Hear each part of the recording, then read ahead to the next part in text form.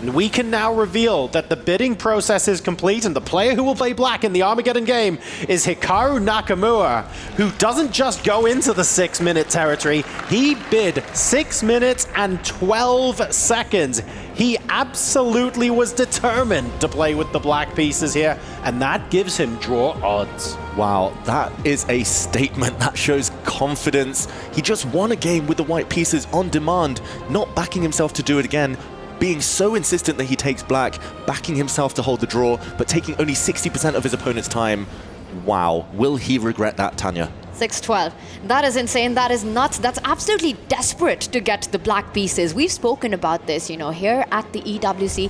Anything below 7. How low can you go? Anything below that mark should not be legal. If anyone can do it, it's got to be the speed monsters. It's got to be the speed demons, right? Hikaru Nakamura is one of the players who can pull it off. Needs only a draw to book his spot into the finals. But will it be too less of a time to make that happen? You have to imagine that if any players can do it, it'll be one of the Team Falcons players who are the fastest with the mouse here, arguably. So here we go. This is the Armageddon game. King's Indian defense being deployed. King's Indian Part 2 after Hikaru won earlier with the black pieces in this opening. And we see the bayonet attack here from Magnus Carlsen, one of the most trendy variations in this opening. Blocked center, white playing on the queen side, black most likely later playing on the king side. Anyone's game, but quick moves from Hikaru. He's only spent a few seconds up to this point. And after this sudden death Armageddon, a key will be crushed. Will it be Team Liquid's or will it be Hikaru's key right now? There is so much that rides on this final Armageddon of the day, and Hikaru does what King's Indian defense requires. He's got the pawn storm going on that right flank towards Magnus's king. This is game on. It starts looking scary, this position. F4, G5, 8-6, all of that coming up the board. Now, the black pawn storm, as we call it, the King's Indian trademark. Hikaru looks locked in, looks super focused. And Magnus is the first to go into the tank. He's burned over a minute of his time. He asked for this opening. Very brave from Magnus this time to go into an opening he's already lost in this match. But there we go. The White Knight jumping forward is another typical motif in this opening. Also typical of Carlsen. You lost in this opening. That's fine. I want another go. I want another bite at the cherry. I want to make things right. He's not afraid of that challenge. He's not afraid, and it looks like if you go by the evaluation bar, it's a great opening decision by him what he's gone. But usually in the King's Indian defense, the evaluation bar does not tell the full story. It very often gives an advantage to white, but the position is so complex, so dynamic, where black's going for the attack, white aiming for that e6 square, ideas on the queen side. David, how often have we seen the evaluation bar be completely wrong from a human perspective in this opening? Exactly. It's deceptive. We'll ignore the eval bar for the next few moves unless it swings massively in either direction. This is the one opening that computers, that AI and others were still struggling to understand up until recently, always giving white an advantage due to the extra space, the d5 pawn as the spearhead. But Magnus forced back with his knight, forced into the retreat. Hikaru now stepping back with his rook. It's the clock times that tell a lot about this story. It is Hikaru's style. He's an attacker by heart, by nature. Magnus doesn't like defending these positions. And he's coming in with those pawns next, right? 8-6 was only setting up F4 and G5. Magnus denies that. He goes for the trade of those pawns. Pawn takes pawn on the board, recaptured by the knight. But this does leave a beautiful E4 post for Magnus's knight to jump into. Remember as well, Hikaru started with 6 minutes and 12 seconds. Magnus Carlsen with 10 minutes. So Hikaru has used less than half the time that Magnus has, but he has to keep this up for the entire game. Yeah, it's not going to be easy. I was shocked actually that Hikaru took on F5 with his knight. They do say that every schoolboy knows you should take back on F5 with your pawn to establish a beautiful pawn center. Much more fluid, much more mobile there. And especially against Team Liquid, you want that fluid pawn structure. And here, look at this. The White Knight installed brilliantly in the middle of the board. Magnus, I think this is a huge step in the right direction for him. The last few moves, he's going to be very happy with. Complete control of the light squares in the middle of the board. He lines up the queen, a battery there. Bishop takes knight. Now another piece replaces that central square. Hikaru, meanwhile, sets up a battery on the F line. The queen and the rook lined up. Ideas of the knight jumping to H4 to trying to deflect that defender on F3. Magnus covers the central D4 outpost. Still a very cagey position. Hikaru steps forward. He's playing this like a must-win game, Hikaru. Even though a draw is sufficient, that's a great attitude. He wants to be aggressive, as he was talking about earlier in the day. The white knight felt it was redundant on that F3 square. It's relocating, going to jump forward to hit the black queen. Still very cagey stuff. Magnus still with a 3-minute time advantage, though. And a bit of a mistake from Hikaru. The black rook sliding to the wrong side of the board. Knight G4 in the air. Okay. And it comes in, it hits the queen. There are big ideas. The queen needs to stay connected to that black knight. It moves back to F8.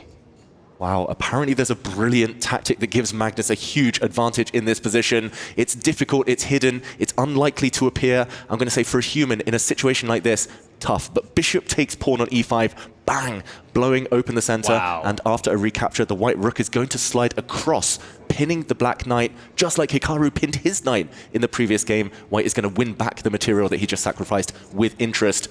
Is Magnus going to find this? That is the key. This would be the continuation of the variation that he would need to see at the very end, with a knight fork, winning the black queen, emerging with a couple of extra pawns. Magnus misses it. Queen to D3 instead. Missed opportunity by the world number one, Hikaru, probably breathing a sigh of relief.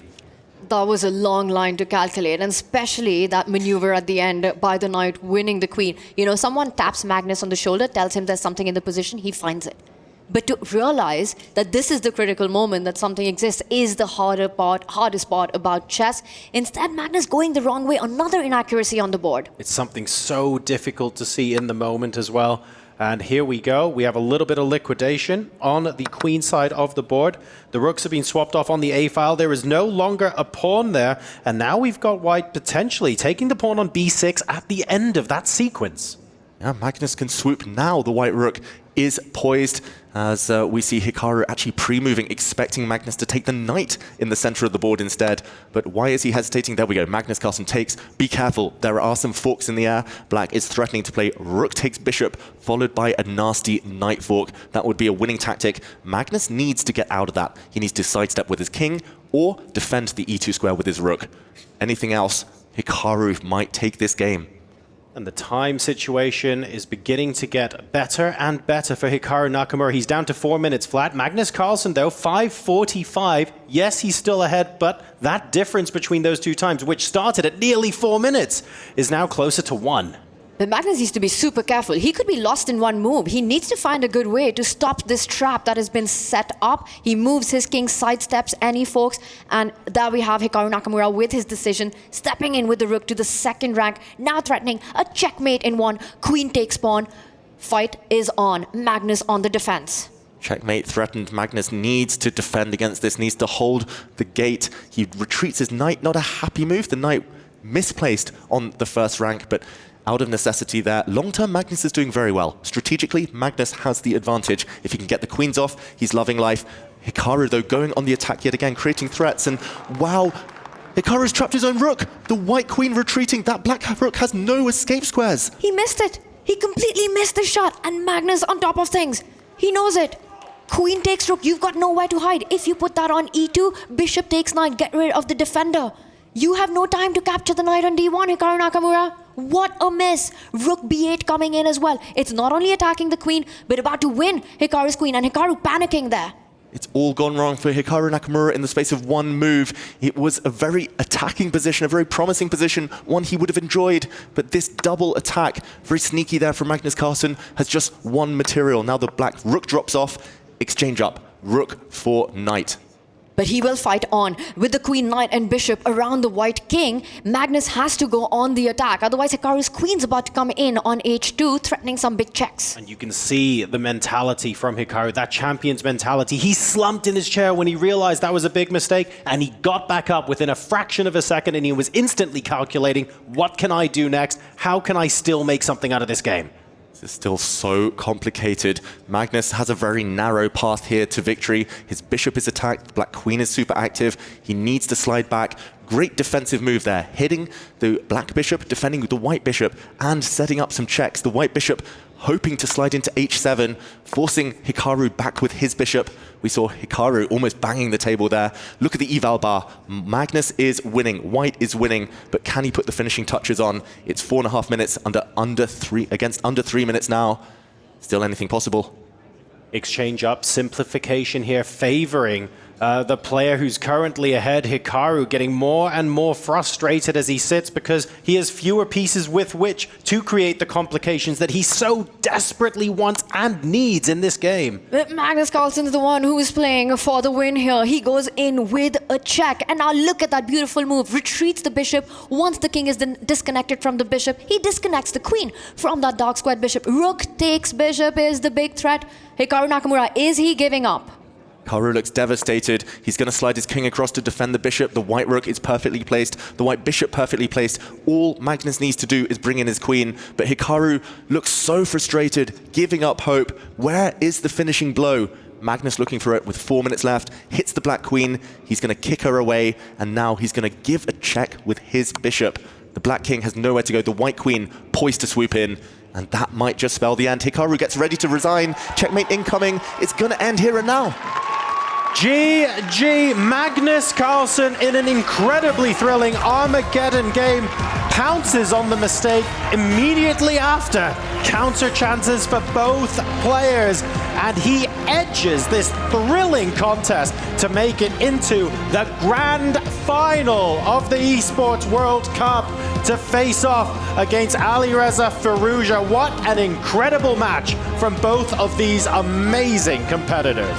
What a battle this was, and the rivalry gets settled one more time. Magnus Carlsen, after the thrilling fight, comes out on top, edges Hikaru Nakamura in a crazy Armageddon where you have to say it was a Magnus Carlsen show. He got his opportunity, and in the end, finding the right checks, finding the right traps in the position, this was the moment it all turned around. Just when it looked like Hikaru was on top of things,